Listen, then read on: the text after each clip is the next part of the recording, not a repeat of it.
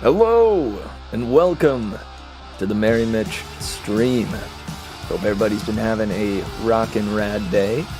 I'm here to do some DM prepping. A little DM prep before dinner, and it ought to be a pretty good time here.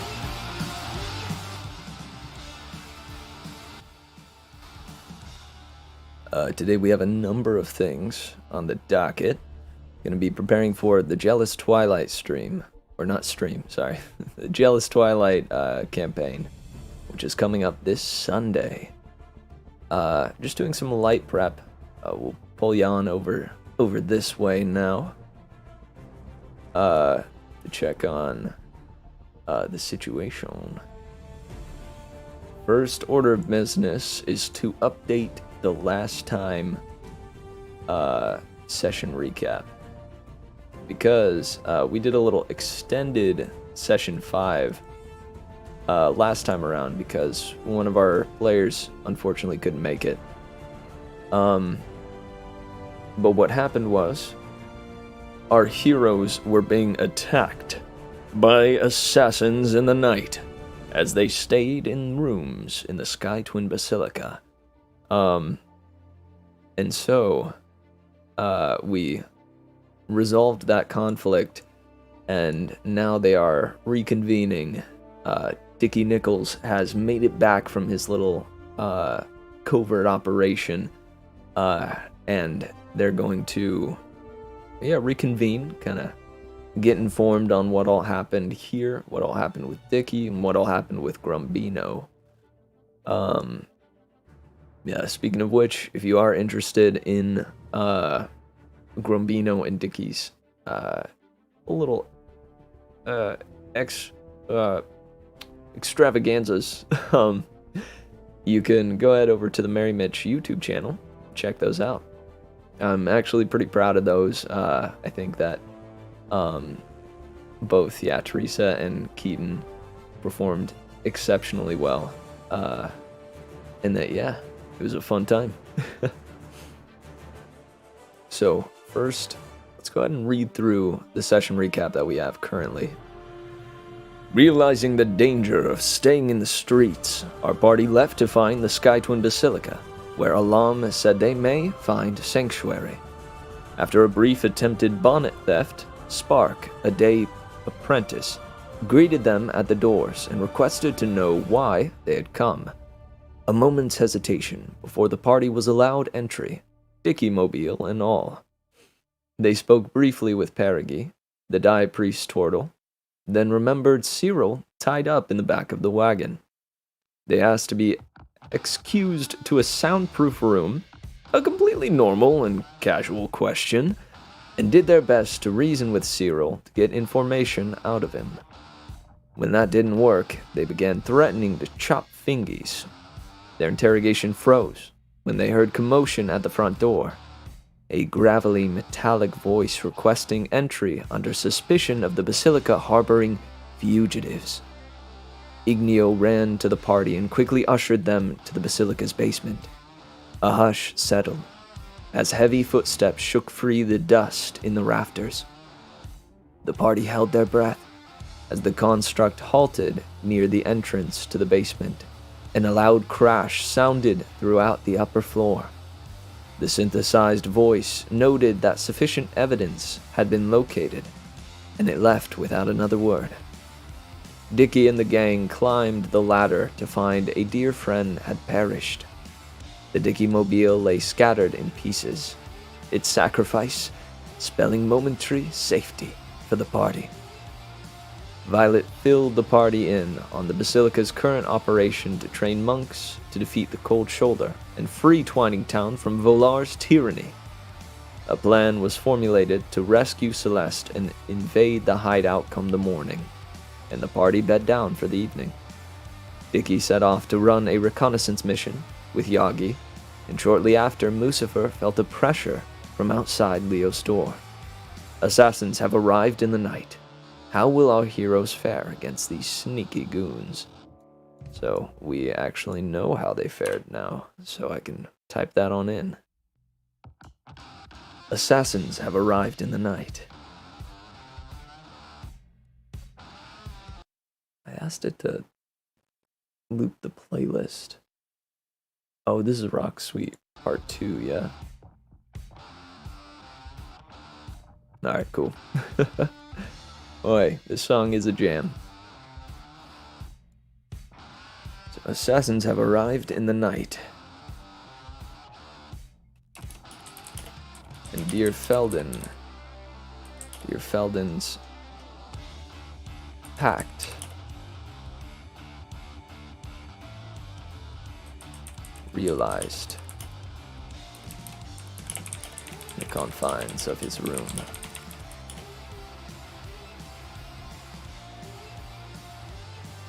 Pact conditions. Assassins arrived in the night. And dear Felden's pact conditions and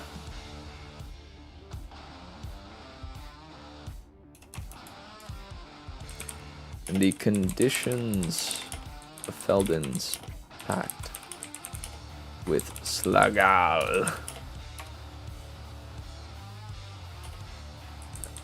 came to fruition in his quarters.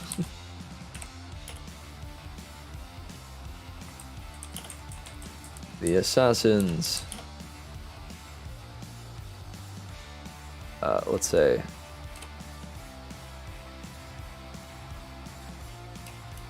two of the assassins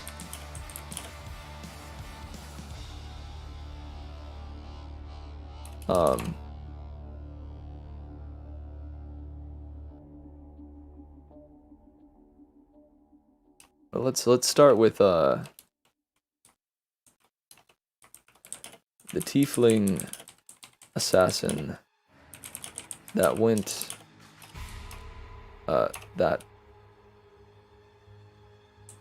snuck into Felden.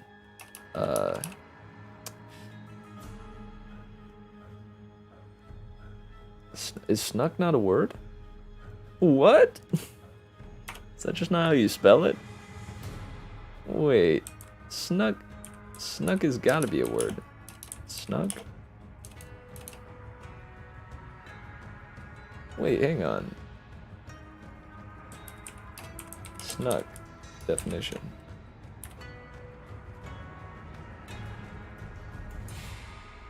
Yeah. It's the past tense to sneak. Is snuck. This thing doesn't recognize snuck. Okay, well. That infiltrated Felden's room. Had his mind devoured as Felden floated, as Felden blasted, we'll just say, call him Slagal, as Slagal blasted him through the door and floated to grasp and floated forth to grasp the man's head with how do you say, like, mouth related? With oral, there we go. With oral tentacles. Effectively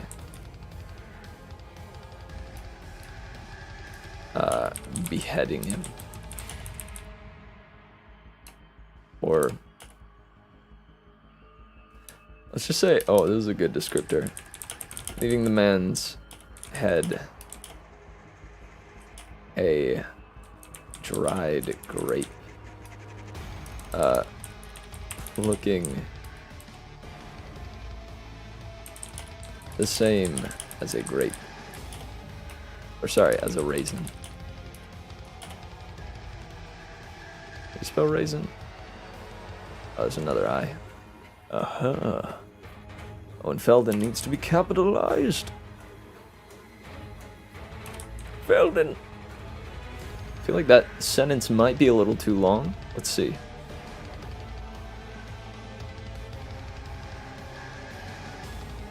A plan was formulated to rescue Celeste and invade the hideout come morning. Oop. Pardon me.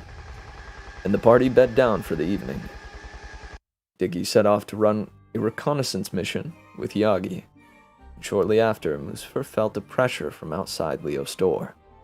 Assassins arrived in the night, and the conditions of Felden's pact with Slagal came to fruition in his quarters. The tiefling assassin that infiltrated Felden's room had his mind devoured, as Slagal blasted him through the door and floated forth to grasp the man's head with oral tentacles, leaving...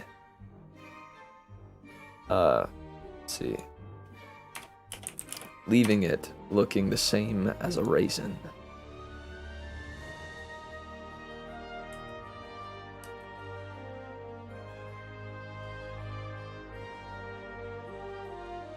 Leaving it sucked dry, the same as a raisin.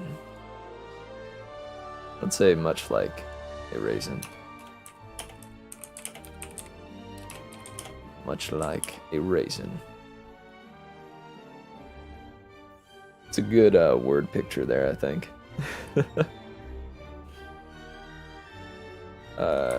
Seeing this, one of the other assassins fled with haste. The other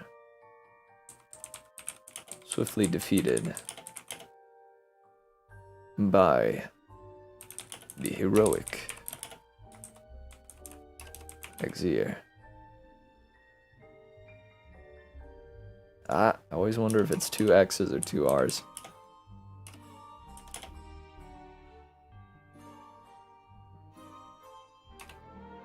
By the swiftly defeated by Exir.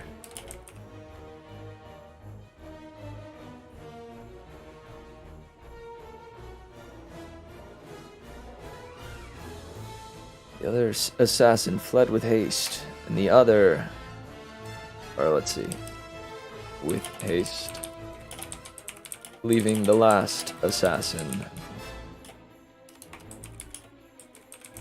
enthralled in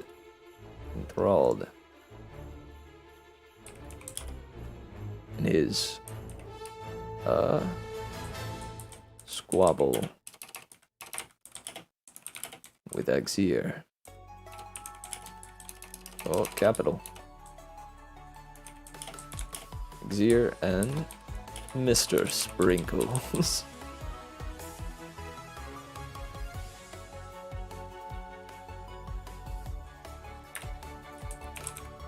Dicky came sliding in through the doors on his knees,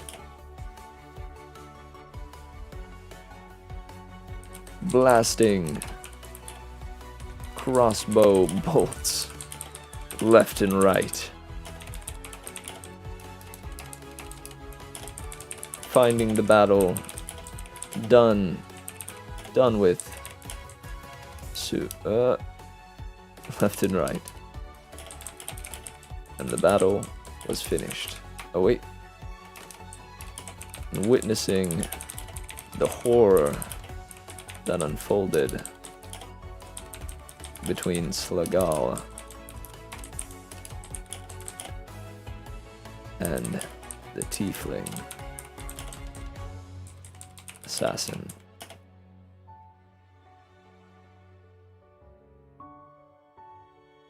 Let's see. Just in time to witness, I think, would be better there. Just in time to witness the horror that unfolded between Slagal and the tiefling assassin.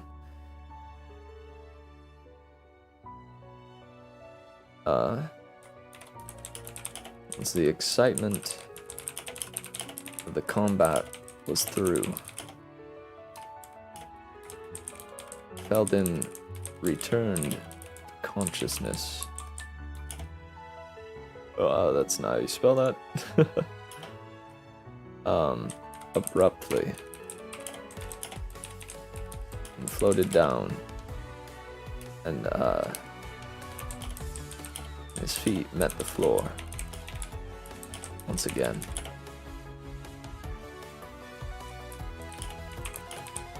Now our heroes...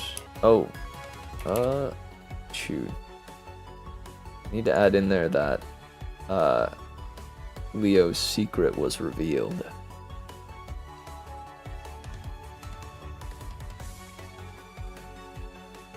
Oh, that actually happened after the battle. Lucifer had joined the party. However, Leo had not. Opting to stay under his covers. To stay cowering under his covers.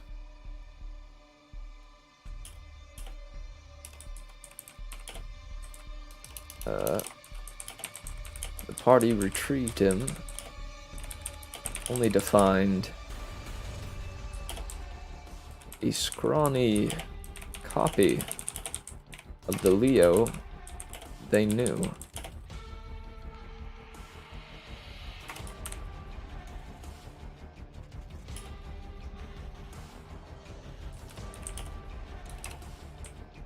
Now, with their wounds healing,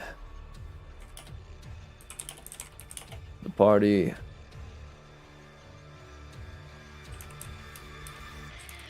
aims to hear the frantic pleads of Dickie to save Starla.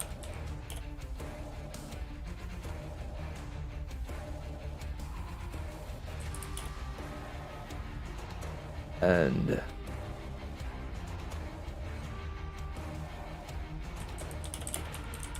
make a plan.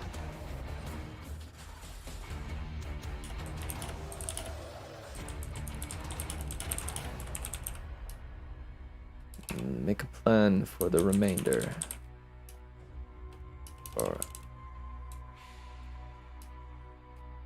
The party aims to hear the frantic pleas of Dickie to save Starla.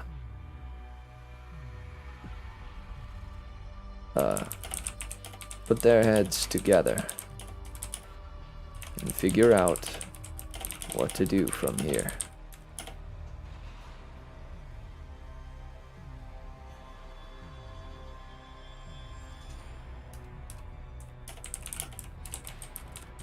Was Starla in danger?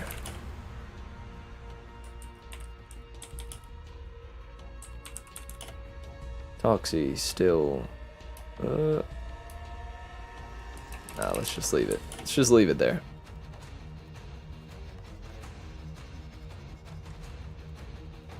Alright, let's see. Let's go from the middle of it. Violet filled the party in on the Basilica's current operation to train monks to defeat the Cold Shoulder and free Twining Town from Volar's tyranny. A plan was formulated to rescue Celeste and invade the hideout come the morning, and the party bed down for the evening. Dickie set off to run a reconnaissance mission with Yagi, and shortly after, Lucifer felt a pressure from outside Leo's door. Assassins arrived in the night, and the conditions of Feldon's pact with Slagal came to fruition in his quarters. The tiefling assassin that infiltrated Feldon's room had his mind devoured as Slagal blasted him through the door and floated forth to grasp the man's head with oral tentacles, leaving it sucked dry, much like a raisin. Seeing this, one of the other assassins fled with haste, leaving the last assassin enthralled in his squabble with Exir and Mr. Sprinkles. Dickie came sliding through the doors, on his knees, blasting crossbow bolts left and right, just in time to witness the horror that unfolded between Slagal and the tiefling assassin. Once the excitement of the combat was through, Felden returned to consciousness abruptly, and his feet met the floor once again. Mucifer had joined the party, however Leo had not, opting to stay cowering under his covers. The party retrieved him, only to find a scrawny copy of the Leo they knew. Now, with their wounds healing, the party aims to hear the frantic pleads of Dickie to save Starla, and put their heads together to figure out what to do from here.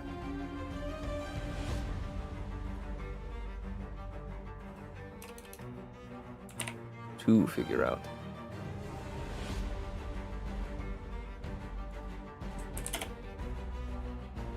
There we go.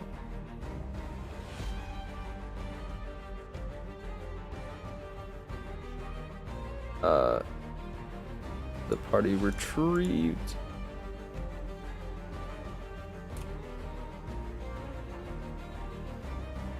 The party dragged him out, only to find a scrawny copy of the Leo they knew. There we go. Alright, the full-fledged Session 5 recap. Yeah, the tentacle did give the suck. Yeah, the whole deal is Felden here.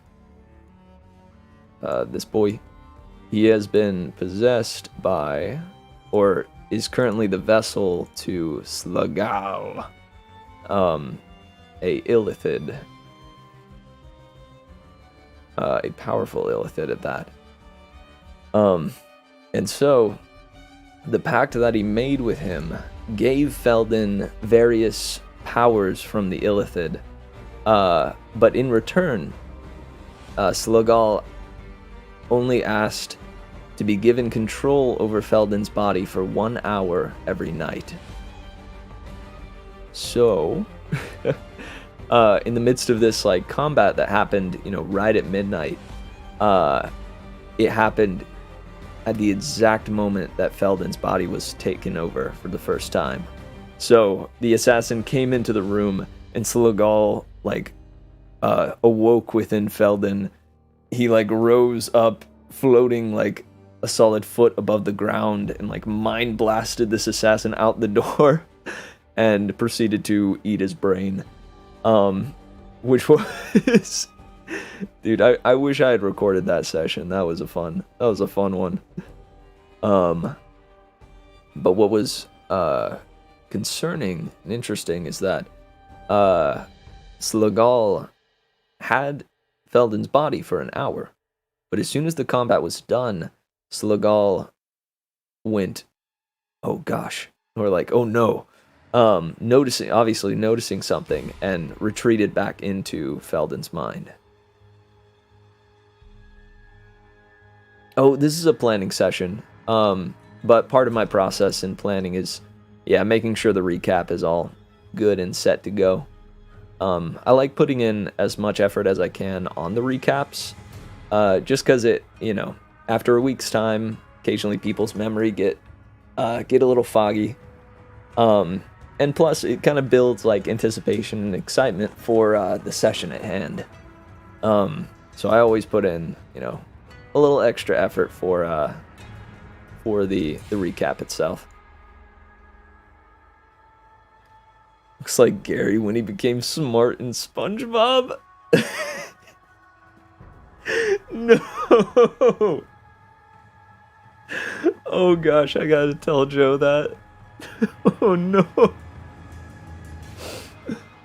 Hang on. Smart Gary. You think he looks like this?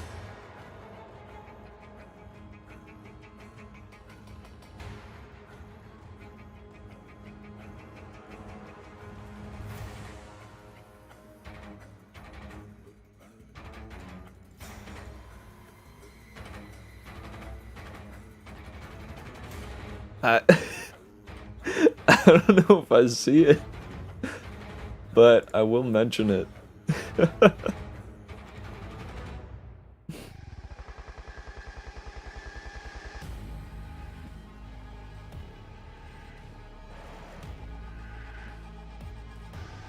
I'm excited. I prepared 2 lullabies. You know, in-world lullabies, which I'm hoping. I think the Diadem one will come up in this next session, but I'm not sure about the Daden one. But I got them in there just as, you know, little tools on my DM tool belt, if you will. So one of the things is that Dickie has run back to his party after his reconnaissance mission because he has found out that his ex-wife, Starla,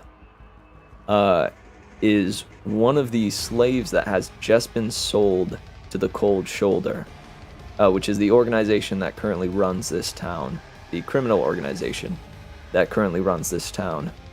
So Starla has been sold to the Cold Shoulder, specifically Elamir, the mayor of this town.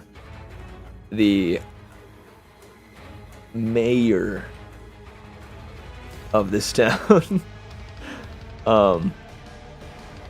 And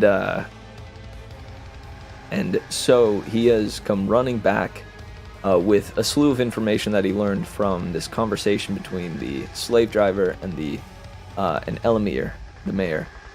The mayor. And is requesting from the party that they save Starla. I am unsure as to whether or not the party will immediately after this battle, having concluded, will immediately go straight to where Starla is, or whether or not they will go take care of what Grumbino has brought, or if they will go straight into the boss battle with Toxie, or if they will go straight into the mines through the secret passage that Grumbino found. It could be any of these. And so I am attempting to prepare for each encounter. Over here we have the, where is it? Twining Town Hall. This map I'm not super happy with, and I think what I want to do is go in and, like, I'm kind of happy with the colors, but I don't like this, like the ink pen that I used for this one. Let's show you the Cold Shoulder Lab. This I'm very proud of. And I've started to do all of my maps in that fashion now. For instance, let's go to Fire Alpaca. I just finished up, wait, actually. I just finished up this beauty.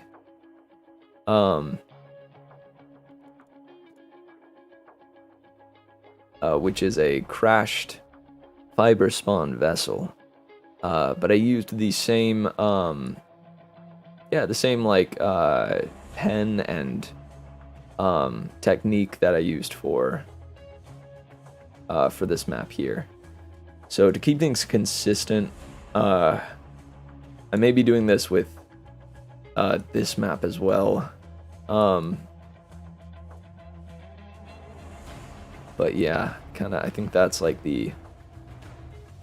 that is the first priority. I think I'm alright with the mines being as they are currently.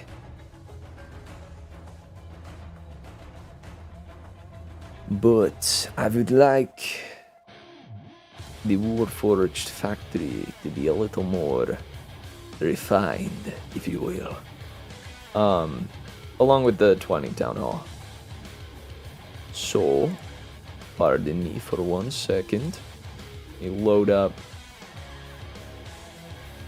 not firefox, fire alpaca. A lot of fire applications here. And open up.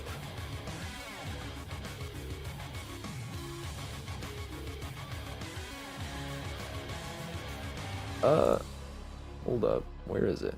There it is. The Twining Town Hall.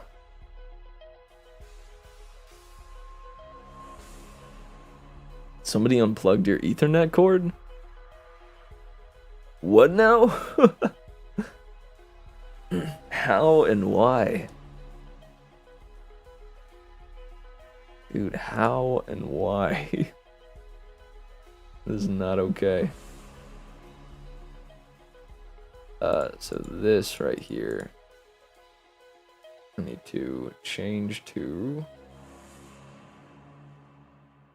the marker. Him. The marker. So make a new layer. Yeah, I'm not even gonna use that as a reference.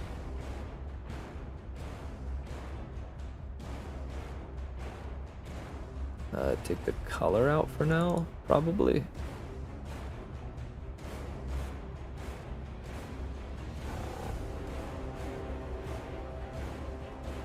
Some intense art making music.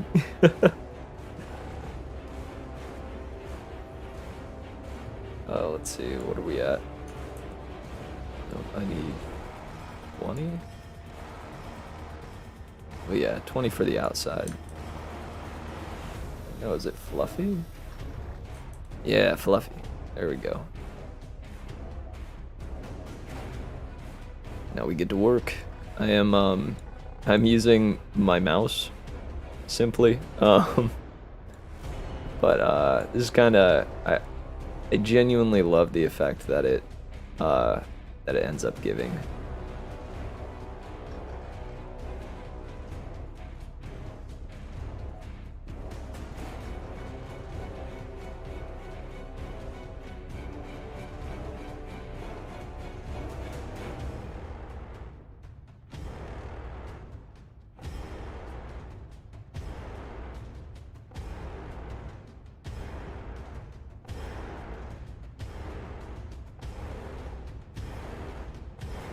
Again, dude, this is such intense music. Oh.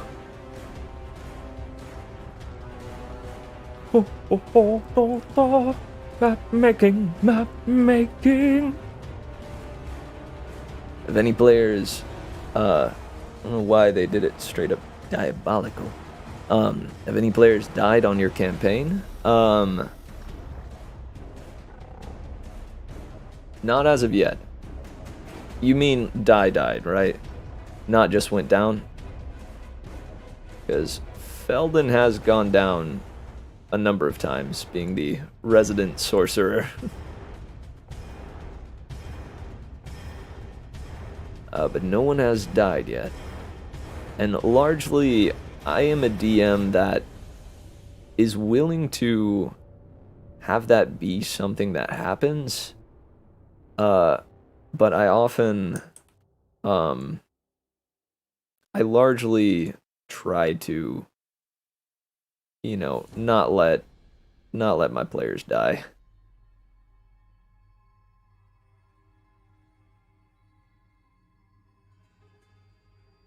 I've never played D&D, but I assume died means they are like dead AF. Yeah, no, dead means dead. And as I said, that is still a very real possibility, you know. Characters do die in the story. Characters die yeah, all the time in D&D as it is in real life. However, the players do, I think, attain a bit of a plot armor, if you will, in my campaigns, normally. But if there's something that happens that just kills them outright, that's what happens. But it's one of those things where, like, I as the DM do have their best interest at heart. And obviously, their character's best interest doesn't include them perishing. At least that's the way that I like to think of it, you know?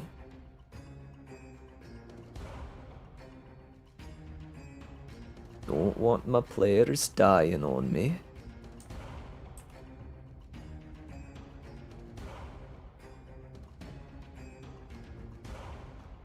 I think the primary way that I would be okay with a character dying, the two ways, is either unexpectedly and due to some wild, tragic event that not even the DM could have predicted, or two, a moment of sacrifice. Those are the two instances that I think it's alright for a character to pass on. Largely, it's character deaths are used to like play as a joke though. In my campaigns, like I won't actually kill off a character, but you know, the player says something rude or like makes an offhanded comment, and I, as the DM, jokingly say, "A boulder falls from the sky and Feldin perishes." That's a running joke that I think is present in most people's campaigns. However, I don't, as a DM, allow myself that sort of unbridled power. I don't think that would be fair.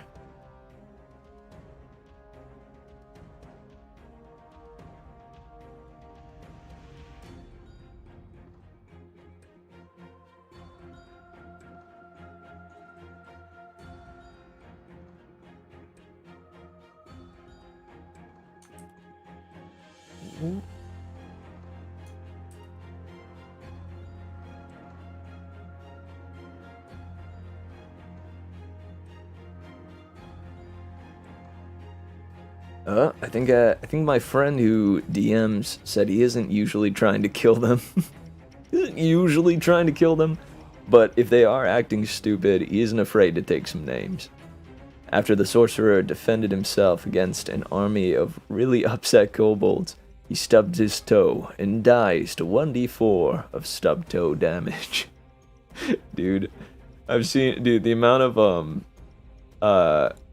I watch YouTube shorts occasionally, and a lot of times it's just TikToks that are transferred over. But there's this one TikTok from, I forget the dude's name. I think it may just be called like D&D one-shots. Or D&D shorts. But he's the dude that makes the joke of the paladin with the oath to throwing it back, and often does the wizard dies to d4 damage. You know, d4 something damage. Let's make sure that this is looking good. Oh yeah. Oh yeah. Oh yeah, this is good. Honestly, I find this this type of work mad cathartic. It's simple, chill, easy. Well, not exactly easy. You know, for instance, this part takes some precision.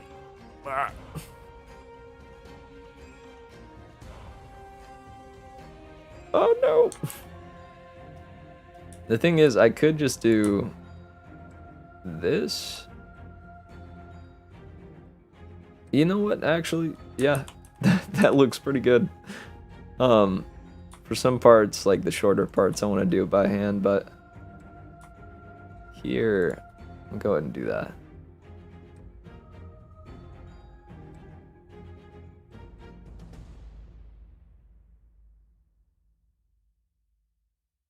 Yeah, like these parts here, I want to do by hand.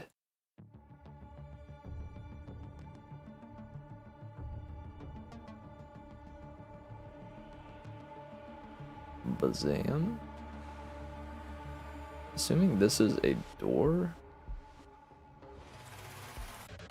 But it looks the same as the rest of the area.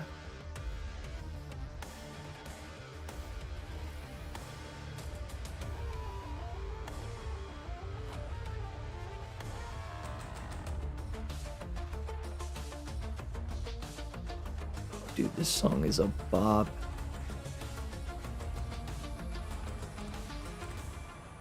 Oh, we're back to the beginning. Yeah. This Project 2019 trailer one from League of Legends. A bop, man. Alright, so we've gone through the Arctic battle music. Let's go through the uplifting music. Ooh, starting with some Star Guardian. Let's go. YouTube shorts are either great or garbage. There's no in between. I agree. Yeah.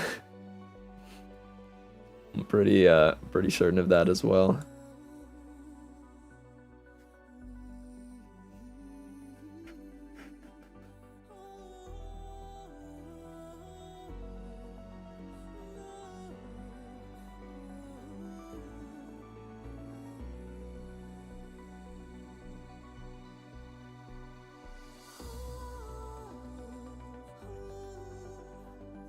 Part of the reason why I'm improving this map in particular is because if they come back to the Twining Town Hall where Dickie's little reconnaissance mission took place, they're going to find something very interesting. Which is, regardless of whether they come that night or not, Starla, the one that was just sold to Elamir, is going to have advances made on her, and she in turn is going to respond by killing Elamir. I don't think this is something that I wish to roll for or anything like that, because I think this is going to have some pretty significant effects in the plot. Because if Elamir is killed, the mayor is dead, then that means the Cold Shoulder needs to find some sort of way to hire another figure that will be trustworthy, but will also be willing to work with the Cold Shoulder. And I believe that that person is going to be Starla herself. That in killing Elamir, she's going to open up the opportunity for her to become the mayor of this place. And that will be a opportunity I don't think she can refuse. Because the story behind why Starla was sold into slavery here is due to the fact that her career tanked. She was initially a star of the stage.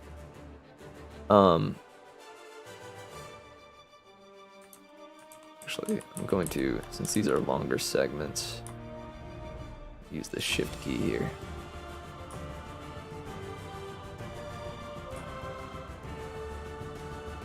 But yeah, her career tanked. And that is why she ended up here in this situation.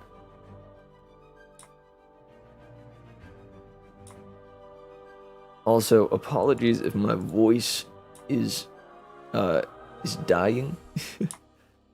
I went for a run today, walked out there, was like, all right, run time, baby. Here we go. Whew. All right. And I walked out the door, got my headphones on, played that boss song from the Completionist and DJ Cutman, if you know it. Started the run and was like, oh, wait, It's a little chillier than yesterday, but no worries. Kept running. Oh man, the air's kind of thin. Oh gosh, the breeze. And I nearly got friggin' toppled over by like this piercing cold wind. Yeah, just utterly not great. However, thankfully that made the process of completing the run and still, doing it, going through with it, made me all the prouder. But I think that cold air has kind of torn up my my throat, having to breathe it in.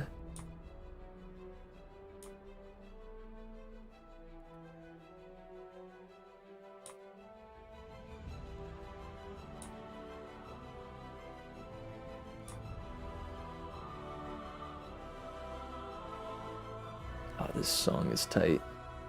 It's called Anticipation. I'm also trying to, the reason why I'm listening through my various League of Legends playlists. One, they are creator safe, which is most excellent. Oh gosh, I didn't shift it back. My bad. Here we are. One, they are creator safe, and then two, I'm trying to search through and find a theme for both Toxie, for Starla, and for Volar in particular, because I'm hoping that the end of this next session will be our party encountering Volar for the first time. And Volar is the head of the Cold Shoulder. He is a hag hunter frost giant. With a very cold shoulder.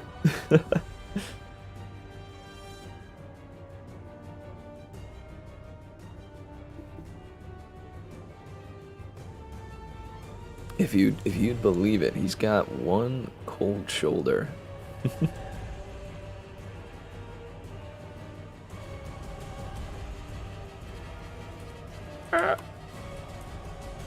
Oh, that's shift. There we go.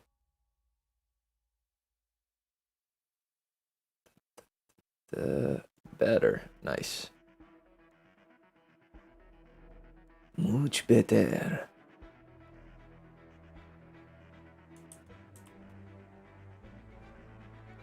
Also, I feel rude. I forgot to ask.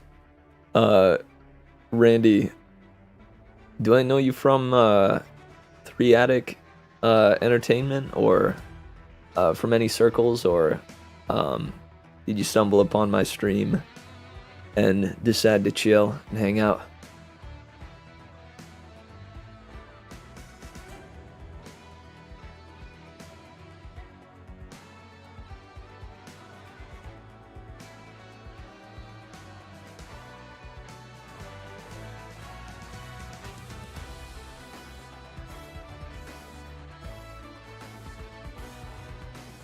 Yeah, I'm Loop's friend.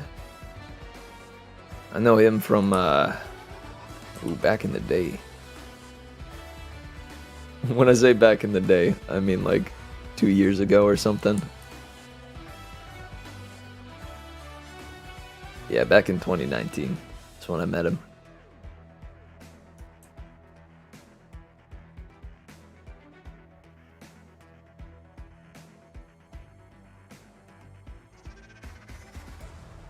He raided me once, followed, and saw you there. I think you also in the Bones server. That I am. I joined that not too long ago. Been posting when I go live, in case any of the dudes want to come chill.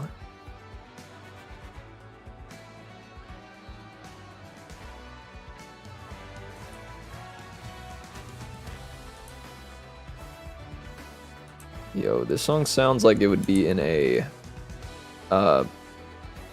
boxing shonen anime.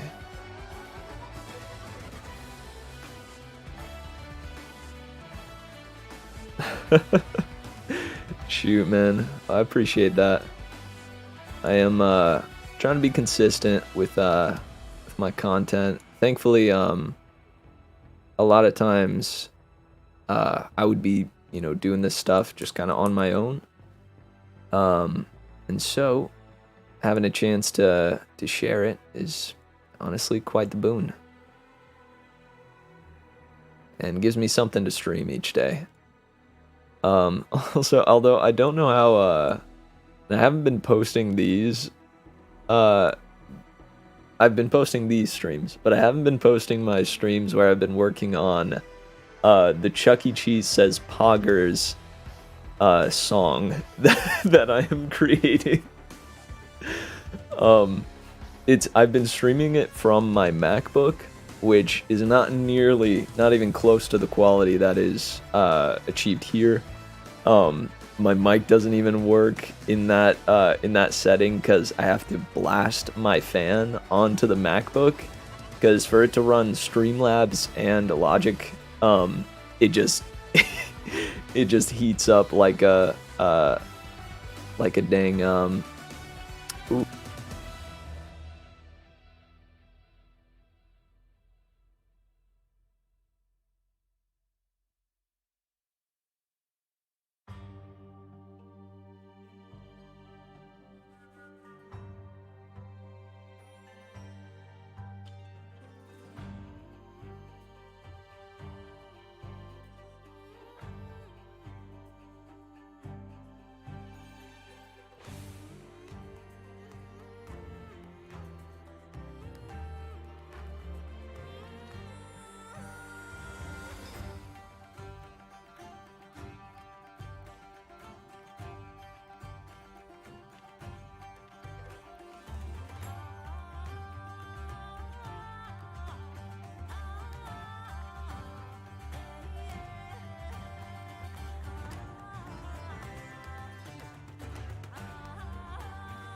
Hello! Sorry for the interruption, but I am back.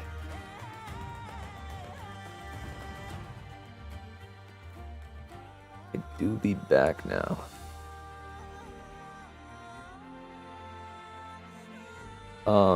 And I've completely forgotten what I was even talking about. Oh, that's right. I was talking about the Chuck E. Cheese song that I've been creating. Hang on. I think I might have finally convinced my friends to start a session. Yo! Congratulations, Randy. Honestly. It is, I gotta say, like, one of the hardest things is getting D&D started. Because, and the thing about it is that it is a significant commitment. You know, it is something that both you and your friends commit to each and every week. When I started things off, it was me making a promise to both myself and them that I was willing to work, you know, a solid, I would say, what would it be, like 20 hours every week to prepare the session, to get things ready. And for them, you know, it's still a fairly significant commitment of, like, you know, anywhere from 3 to 4 hours every single weekend, or, you know, once a weeknight. Regardless, it's kind of an intimidating thing. But once you get it up and running, it gets exciting, you know?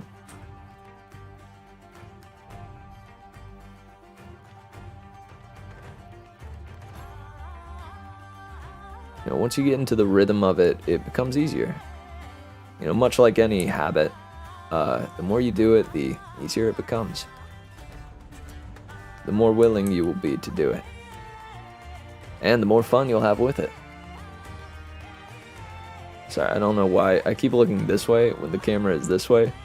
I believe I used to have it over on that side, but anyways.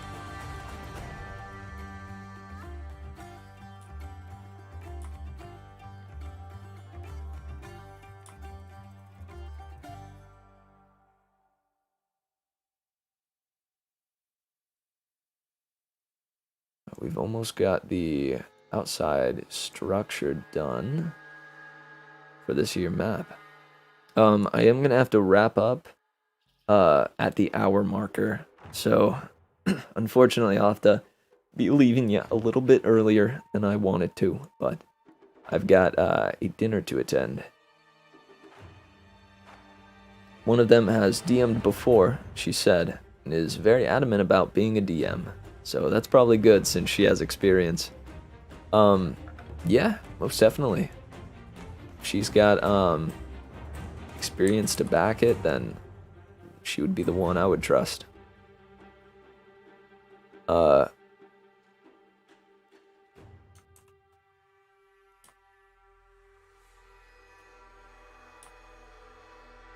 And then as her player, you know, even if a DM is extremely experienced, has, you know, everything figured out, still offer that DM some patience. No matter how much experience a DM has, each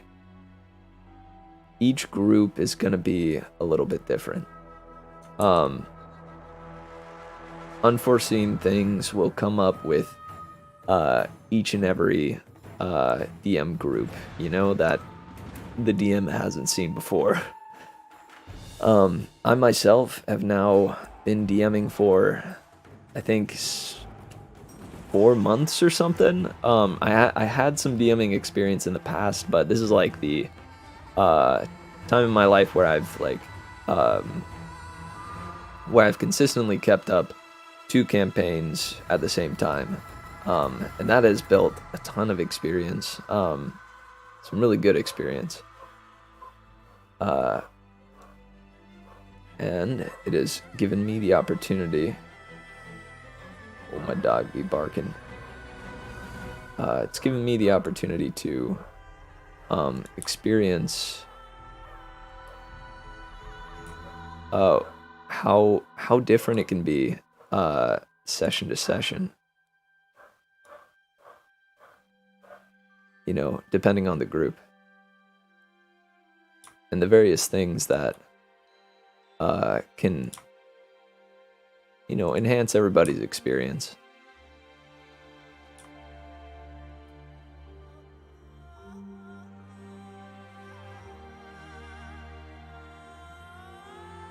And the things to avoid. Oh, for instance, I need to make sure that I plan for